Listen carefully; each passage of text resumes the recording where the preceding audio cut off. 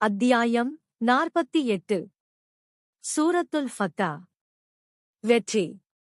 அளவற்ற அருளாளனும் நிகரற்ற அன்புடையோனுமாகிய அல்லாவின் திருப்பெயரால் துவங்குகிறேன்.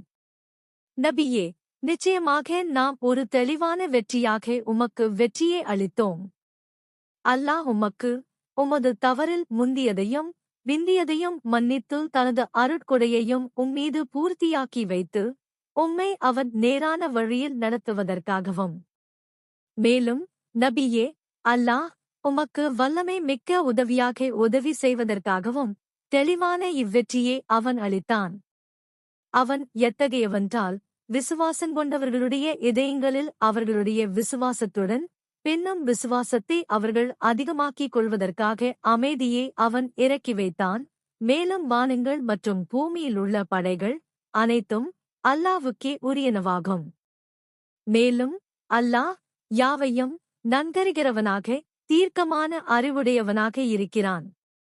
அவன் விசுவாசங்கொண்ட ஆண்களையும் விசுவாசங்கொண்ட பெண்களையும் சுவனபதிகளில் பிரவேசிக்கச் செய்வதற்காகவும் இவ்வாறு செய்தான். அவற்றின் கீழ் ஆறுகள் ஓடிக்கொண்டிருக்கும். நிரந்தரமாக அவற்றில் அவர்கள் தங்கியிருப்பவர்கள் அவர்களின் தீயவைகளையும் அவர்களை விட்டு நீக்கிவிடுவதற்காகவும் இவ்வாறு அமைதியை இறக்கினான்.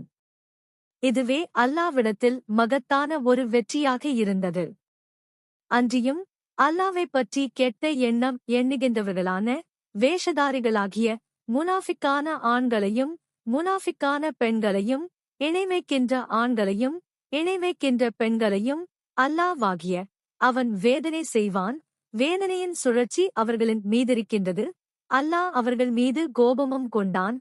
அவர்களைச் சபித்தும் விட்டான். அவர்களுக்காக நரகத்தை தயார்படுத்தியும் வைத்திருக்கின்றான். அது செல்லுமிடத்தால் மிகக் கெட்டதாகியும் விட்டது. வானங்கள் மற்றும் பூமியின் படைகள் அனைத்தும் அல்லாவிற்கே உரியன. இன்னும் அல்லாஹ் யாவரையும் மிகைத்தவனாக தீர்க்கமான அறிவுடையவனாக இருக்கின்றான். நபியே, நிச்சயமாக நாம் உம்மை சமூகத்தார்க்கு சாட்சி கூறுபவராகவும் அவர்களில் விசுவாசிகளுக்கு நன்மாராயம் கூறுபவராகவும் விசுவாசம் கொள்ளாதவர்களுக்கு அச்சமூட்டி எச்சரிக்கை செய்பவராகவும் அனுப்பி வைத்தோம்.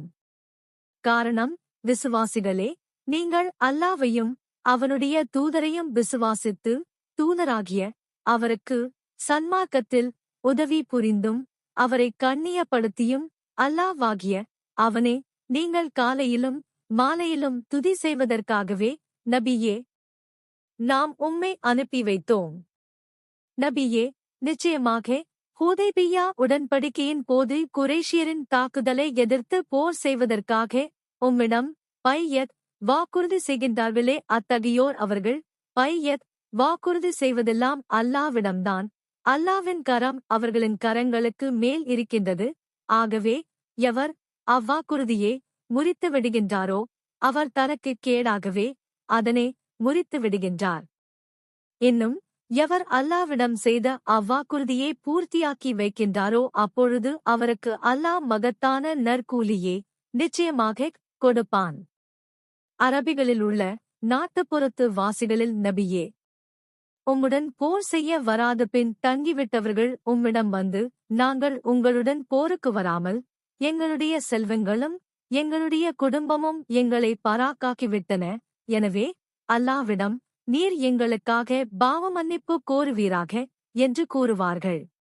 தங்கள் இதயங்களில் இல்லாதவைகளைத் தங்கள் நாவுகளினால் அவர்கள் கூறுகின்றனர். ஆகவே நபியே, அவர்களிடம் நீர் கூறுவீராக, அல்லாஹ் உங்களுக்கு ஒரு இடரை நாடினால் அல்லது அவன் உங்களுக்கு ஒரு பலனை நாடினால் அதில் எதையும் அல்லாவிலிருந்து உங்களுக்கு தடுத்துவிடக்கூடிய அதிகாரம் பெற்றிருப்பவர் யார்? ஒருவரும் இல்லை.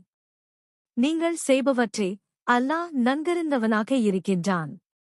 உங்கள் கூற்றைப் போல் அல்ல, அல்லாஹ்வுடைய தூதரும் அவரை விசுவாசங்கொண்டவர்களும் யுத்தத்திலிருந்து தங்கள் குடும்பத்தினரிடம் ஒருபோதும் திரும்பி வரவே மாட்டார்களென்று நீங்கள் எண்ணிக்கொண்டிருந்தீர்கள். ஆதலால்தான் யுத்தத்திற்கு நீங்கள் வரவில்லை. அவ்வாறு எண்ணியது உங்களுடைய இதயங்களில் அலங்கரமாக்கப்பட்டுமிருந்தது. நீங்கள் கெட்ட எண்ணத்தையே எண்ணிக்கொண்டுமிருந்தீர்கள். அதனால் நீங்கள் தாம் அழிந்துவிடும் சமூகத்தவராகவும் ஆகிவிட்டீர்கள் என்று நபியே நீர் கூறுவீராக. அல்லாவை மற்றும் அவன் தூதரை விசுவாசம் கொள்ளவில்லையோ அவர் நிராகரிப்பவர்தான். ஆகவே அத்தகைய நிராகரிப்போருக்கு நரகத்தையே நிச்சயமாக நாம் தயார்படுத்தி வைத்திருக்கின்றோம். மேலும் வானங்கள் மற்றும் பூமியின் ஆட்சி அல்லாஹ்வுக்கே உரியது. அவன் நாடியவர்களை மன்னித்து விடுகிறான், அவன் நாடியவர்களை வேதனையும் செய்கிறான்.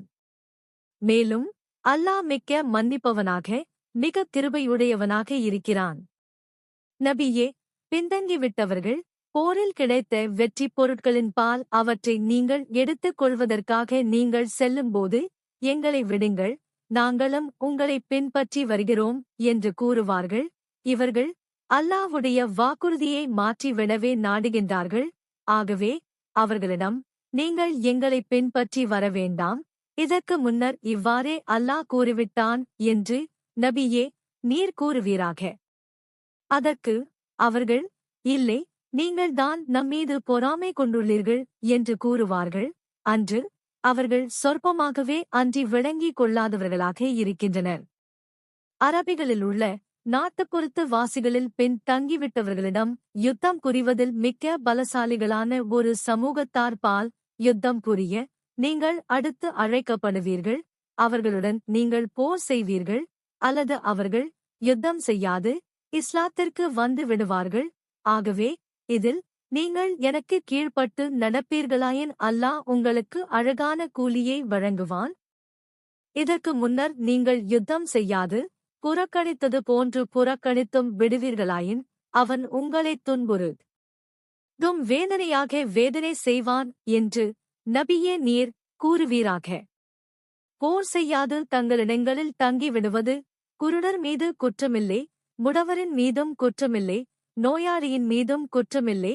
எவர் அல்லாஹ்வுக்கும் அவனுடைய தூதருக்கும் கீழ்ப்படிந்து நடக்கிறாரோ அவரே அல்லாஹ்வாகிய அவன் சுவனங்களில் பிரவேசிக்கச் செய்வான். அவற்றின் கீழ் ஆறுகள் ஓடிக்கொண்டிருக்கும். இன்னும் எவர் புறக்கணிக்கின்றாரோ அவரே அல்லாஹ்வாகிய அவன் துன்புறுத்தும் வேதனையாக வேதனை செய்வான். நபியே, திட்டமாக அல்லாஹ் விசுவாசிகளை அவர்கள் மரத்தடியில் அவர்களின் வாக்குறுதி செய்தபோது பொருந்திக் கொண்டான். பின்னர் அவர்களின் இதயங்களிலிருந்ததை நன்கறிந்து அவர்கள் மீது அமைதியை இறக்கி வைத்தான். அன்றியும் சமீபமான வெற்றியையும் அவர்களுக்கு அருட்கொடையாக கொடுத்தான். இன்னும் எதிரிகளிடமிருந்து வெற்றியின் மூலம் கிடைக்கும் ஏராளமான வெற்றி பொருட்களை அவர்களுக்கு அவன் அளித்தான். அவற்றை அவர்கள் எடுத்துக் கொள்வார்கள். மேலும் அல்லாஹ் யாவரையும் மிகைத்தவனாக தீர்க்கமான அறிவுடையவனாக இருக்கின்றான். யுத்தத்தில் எதிரிகளிடமிருந்து வெற்றியின் மூலம் கிடைக்கும் ஏராளமான வெற்றி பொருட்களை அல்லாஹ் உங்களுக்கு வாக்களித்திருந்தான். நீங்கள் அதைக் கைப்பற்றுவீர்கள். ஆகவே இதனை உங்களுக்கு துரிதமாக்கிவிட்டான். மேலும் உங்களுக்கு விரோதிகளான மனிதர்களின் கைகளை உங்களை விட்டும் தடுத்தும் விட்டான். இது விசுவாசிகளுக்கு ஓர் அத்தாட்சியாக ஆவதற்காகவும் உங்களை நேரான பாதையில் செலுத்துவதற்காகவும் இவ்வாறு அருள் புரிந்தான். பாரசீகம், ரோமாபுரி முதலிய நாடுகளில் வெற்றியாக மற்றொன்றும் உங்களுக்கு இருக்கிறது. அதற்கு நீங்கள் சக்தி பெறவில்லை. திட்டமாக அல்லாஹ் அதனைச் சூழ்ந்து அறிந்து கொண்டிருக்கின்றான். மேலும் அல்லாஹ் ஒவ்வொரு பொருளின் மீதும் மிக்க ஆற்றலுடையவனாக இருக்கின்றான். மேலும் நிராகரிப்போர் உங்களுடன் போரிடுவார்களாயின் அவர்கள் புறங்காட்டி பின்வாங்கியிருப்பார்கள்.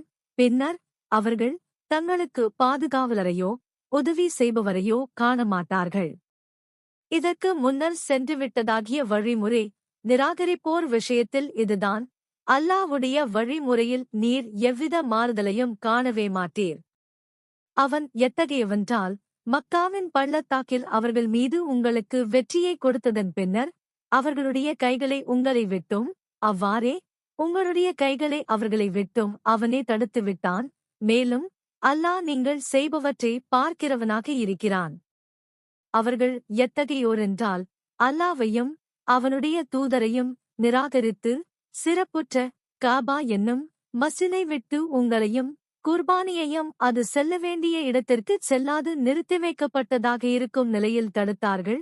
இன்னும் அவர்களை நீங்கள் அறிந்து கொள்ளாத விசுவாசங்கொண்ட ஆண்களும் விசுவாசங்கொண்ட பெண்களும் எதிரியின் மத்தியில் அறியாதவர்களாக இருக்கும் நிலையில் நீங்கள் அவர்களை மிதித்து அதனால் அவர்களின் மூலம் ஏதேனும் சிரமம் உங்களுக்கு ஏற்பட்டுவிடும் என்பது இல்லையானால் போர் செய்ய உங்களுக்கு அனுமதி வழங்கியிருப்பான்.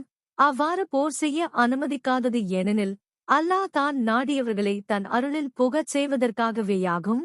அவர்கள் நிராகரிப்போரிலிருந்து பிரிந்திருப்பார்களேயானால் அவர்கள் மீது யுத்தம் புரிய உங்களுக்கு அனுமதி கொடுத்து அவர்களில் உள்ள நிராகரிப்போரை மிக துன்புறுத்தும் வேதனையாக நாம் வேதனை செய்திருப்போம். நிராகரித்தோர் தங்களுடைய இதயங்களில் உங்களை வேருடன் அழித்துவிட வேண்டுமென்ற வைராக்கியத்தை அறியாமை காலத்து மூடத்தனமான வைராக்கியத்தை ஆக்கிக் கொண்ட சமயத்தில் அல்லாஹ் தன்னுடைய தூதர் மீதும் விசுவாசங்கொண்டவர்கள் மீதும் தன்னுடைய அமைதியை இறக்கி வைத்தான். பயபக்தியுடைய வார்த்தையே லா இலாஹ இல்லல்லாவே அவர்களுக்கு நிலையாக்கியும் வைத்தான். அவர்கள் அதற்கு மிக உரியவர்களாகவும் அதை உடையவர்களாகவும் இருந்தார்கள். அல்லாஹ் ஒவ்வொரு பொருளைப் பற்றியும் நன்கறிந்தவனாக இருக்கின்றான். திட்டமாக அல்லாஹ் உண்மையைக் கொண்டு தன்னுடைய தூதருக்கு அவர் கண்ட கனவை உண்மைப்படுத்திவிட்டான். அல்லாஹ் நாடினால் நிச்சயமாக நீங்கள் மஸ்ஜிதுல் ஹராமாகிய சிறப்புற்ற மஸ்ஜிதில் அச்சமற்றவர்களாகவும் உங்களுடைய தலைமுடிகளைச் சிரைத்துக் கொண்டவர்களாகவும் முடியே குறித்துக் கொண்டவர்களாகவும் நுழைவீர்கள். அச்சமயம் நீங்கள் எவருக்கும் பயப்பட மாட்டீர்கள். ஆகவே நீங்கள் அறியாதிருந்ததை முன்னதாகவே அல்லாஹ் அறிந்திருந்தான். பின்னர் இதனையன்றி சமீபத்தில் ஒரு வெற்றியையும் உங்களுக்கு ஆக்கினான். அவன் எத்தகையவன்றால் தன்னுடைய தூதரை நேர் வழியைக் கொண்டும் சத்திய மார்க்கத்தைக் கொண்டும் அனுப்பி வைத்தான். சகல மார்க்கங்களையும் விட அதை மேலோங்கச் செய்வதற்காக தன் தூதரை அனுப்பி வைத்தான். இன்னும் இதற்கு சாட்சியாக இருக்க அல்லாஹ் போதுமானவன். முஹம்மது அல்லாஹ்வின் தூதராவார். அவருடன் இருப்பவர்களோ நிராகரிப்போர் மீது மிக கண்டிப்பானவர்கள். தங்களுக்கிடையே மிக்க அன்புடையவர்கள், குனிந்து ருகூ செய்பவர்களாகவும் சிரம் பணிந்து சுஜுது செய்கிறவர்களாகவும் அவர்களை நீர் காண்பீர். அல்லாஹ்விடமிருந்து பேரருளையும் அவனுடைய பொருத்தத்தையும் தேடுவார்கள். அவர்களுடைய அடையாளம் சிரம் பணிவதன் அடையாளத்தினால் அவர்களுடைய முகங்களில் இருக்கும். இதுவே தவ்ராத் என்னும் வேதத்தில் உள்ள அவர்களின் உதாரணமாகும். இன்னும் இன்ஜீலில் அவர்களுக்குள்ள உதாரணமாவது ஒரு பயிரைப் போன்றதாகும். அது தன் முளையை வெளிப்படுத்தி பின்னர் அதை பலப்படுத்துகின்றது. பின்னர் அது தடித்து கனமாகின்றது. பின்னர் அது தன் தண்டின் மீது நிமிர்ந்து நிற்கின்றது. விவசாயிகளை ஆச்சரியமடையச் செய்கிறது.